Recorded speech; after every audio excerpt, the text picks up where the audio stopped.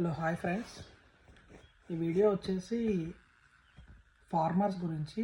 ఎందుకంటే ఫార్మర్స్ గురించి ఎందుకు డిస్కస్ చేద్దాం అనుకుంటున్నా అంటే, మార్కెట్స్కి ఎక్స్టర్నల్ ఫ్యాక్టర్స్ కూడా లింక్ అయి ఉంటాయి.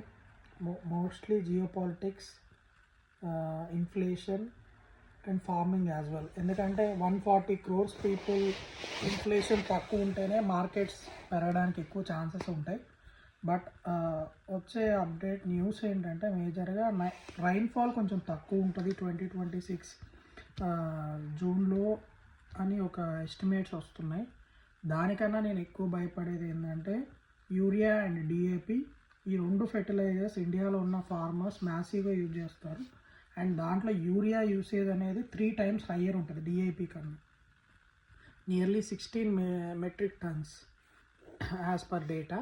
బట్ ఇండియా ప్రజెంట్ డొమెస్టిక్గా ప్రొడ్యూస్ చేసేది 6 to 7 million metric tons. And దాంట్లో కూడా ఇప్పుడు ఎల్పిజి షార్టేజ్ తోటి ఒక 3 million metric tons మాత్రమే ప్రొడ్యూస్ అవుతుంది. యూరియా అనేది LPG 80% LPG raw material urea produce చేయాలి అంటే. సో ఎల్పిజి ఆల్రెడీ క్రైసిస్లో ఉంది కాబట్టి యూరియా షార్టేజ్ అనేది ఆల్రెడీ మనం లాస్ట్ ఖరీఫ్లోనే చూసాము. ఈసారి ఇంకా ఎక్కువ షార్టేజ్ ఉండడానికి ఎక్కువ ఛాన్సెస్ ఉన్నాయి. మన ఎక్స్టర్నల్ ఫారెన్ మినిస్టర్స్ వేరే కంట్రీ నుంచి ఇంపోర్ట్ చేసుకోవడానికి ట్రై చేస్తున్నారు. బట్ ఎవ్రీ కంట్రీ వాళ్ళ ఫార్మర్స్ని సేవ్ చేసుకోవడం కోసం ఫెర్టిలైజర్స్ని స్టోర్ చేసుకుంటుంది. ఇది బాగా పెద్ద ఎఫెక్ట్ కొట్టే ఛాన్స్ ఉంది యూరియా షార్టేజ్ అనేది. ఎందుకంటే మన గవర్నమెంట్ హైయెస్ట్ సబ్సిడీ ఇచ్చేది యూరియాకే.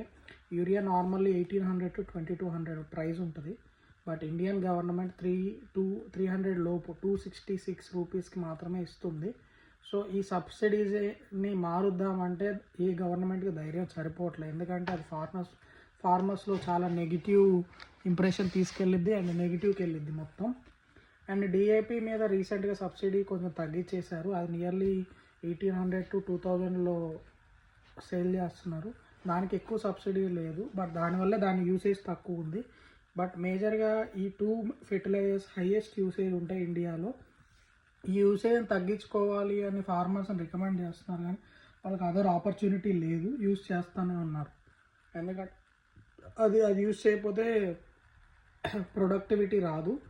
సో ఇది monsoon effect, urea effect, DAP effect farmers మీద పడితే ఆటోమేటిక్గా ప్రైజెస్ అనేవి పెరుగుతాయి. ఫుడ్ ప్రైజెస్ లైక్ పల్సెస్ కానీ, కార్న్, ఏదైతే మనం డైలీ తీసుకునే ఫుడ్స్, రైస్ కానీ, వీట్ కానీ అన్నీ. సో ఇది ఎఫెక్ట్ అవుతుంది అనుకుంటున్నాను.